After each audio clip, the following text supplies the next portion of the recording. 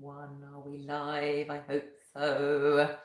I thought this week I would tell you what I decluttered on my regular decluttering schedule, my own personal regular decluttering schedule this month, because it's likely to cause ructions. It always does.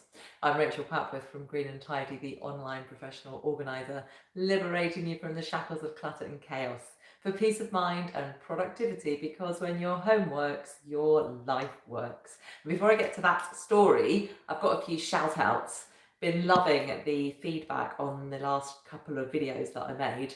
Big shout out to Elizabeth Quelch, who has gone through everything on her gift shelf, on her shelf of things to keep for gifts, and allocated every single thing. She's won my challenge. Well done, Elizabeth. She has even wrapped some of them for Christmas presents already.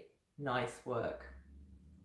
Also, fantastic feedback on the message from last week about not saving things for best because they just deteriorate and never get used.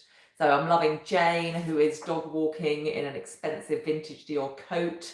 Gillian, who is using her silver cutlery, which she says is the best way to stop it tarnishing. Very true. Daphne, who is using her best china. Sylvia, who is wearing her best jewellery and drinking from her best teacup, even when she's at home all day. Moogie 1947, who is using her Wedgwood china instead of giving it away. A couple of sad stories too, but usually with a kind of learning the lesson out of it. So Jenna saying how a lot of her cherished childhood toys and clothes didn't age well. She kept them and they actually deteriorated and had to be trashed, which was sad, but she's learned the lesson and she's passing it on to her kids. So yeah, fantastic, loving all that, keep it coming. So I've mentioned before that I have a regular decluttering schedule for myself, and that every month I declutter the next area of my home, and that keeps things ticking over very nicely without a huge amount of effort. And this month, the area of my house which contains books came up. Now, you may have heard me say before that I don't keep many books anymore, and honestly I really don't, and yet it's surprising when I go through that shelf how many I can still let go of. The truth is I don't really keep almost any fiction books. I only keep a couple of really special books on the fiction shelf now, but I do still have a number of non-fiction books, and a load of them are going. So I've already got rid of, so I can't show you, a couple of guidebooks to long distance trails in the UK, which I walked years ago. So I've used them now. Even if I walk that trail again, which is not likely to happen in the foreseeable future, I probably wouldn't use those books again. So they went on Olio, on that. I've also got a book of walks for an area of the country that I don't go to anymore. That's going to go. This is it's a nice book about birds, which is an interest of mine. It was given to me as a gift, but I've never actually read it. Don't particularly want to read it. I've read other books about birds, but I don't particularly want to read this one, and I think it can just go. It's a couple of jokey guidebooks to the town that I live in. They were funny to read when I got them, but you know what? I haven't looked in them in years. They've had their day, they can move on. Book about Buddhism. You know, I read it when I got it, and I think I thought there were some nice lessons in it, and I might read them again, but I never have, so that can go. A couple of books on vegan nutrition. I'm not vegan anymore.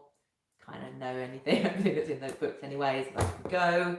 These are a couple of kind of jokey books, like dictionaries, French dictionaries, but they're all swear words. So how to swear in French. I've had them for years. I never look at them. You know what, they're probably out of date anyway. They can go. Oh, this one, so the story with this one, which is, you know, it's quite a nice picture book. This was, I was on holiday in Borneo. I did a jungle trek, staying in a jungle lodge, pretty basic, which was really great, but I got bitten by bed bugs. So I let the company know, and as an apology, they gave me this book. Well, I was on holiday and having a lovely time, and I think I was a bit laid back, and I just went, oh, thank you very much. They posted it to me here at home. Didn't have to carry it with me around Borneo. But actually, to be honest, I think some money off my holiday might have been a better present than a picture of the place where I got bitten by bed bugs. Anyway, so that can go. I never really wanted it in the first place.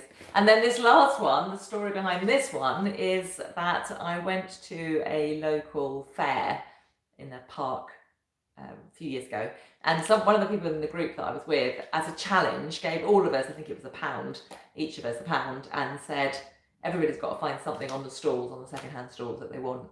Well, as you can probably imagine, there was nothing on the second-hand stalls that I actually wanted, but I in desperation, the nearest thing I could find to something I would want would be this, which was a picture book about fashion through the ages. It was published in the 80s, so it doesn't go beyond the 80s. It is quite a nice book, actually. But again, you know, I never really wanted it in the first place, and it's sat on my coffee table shelf ever since. Nobody ever looks at it, and it can go.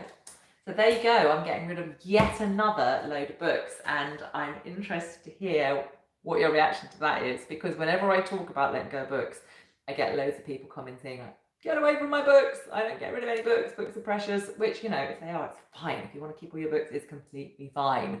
But as you can see from going through those, I suspect if you went through your bookshelves, you might be surprised to find that there are some books that you don't mind parting with. Jump into the comments and tell me how much you disagree. Give me a like anyway, and I'll see you next week. Bye bye.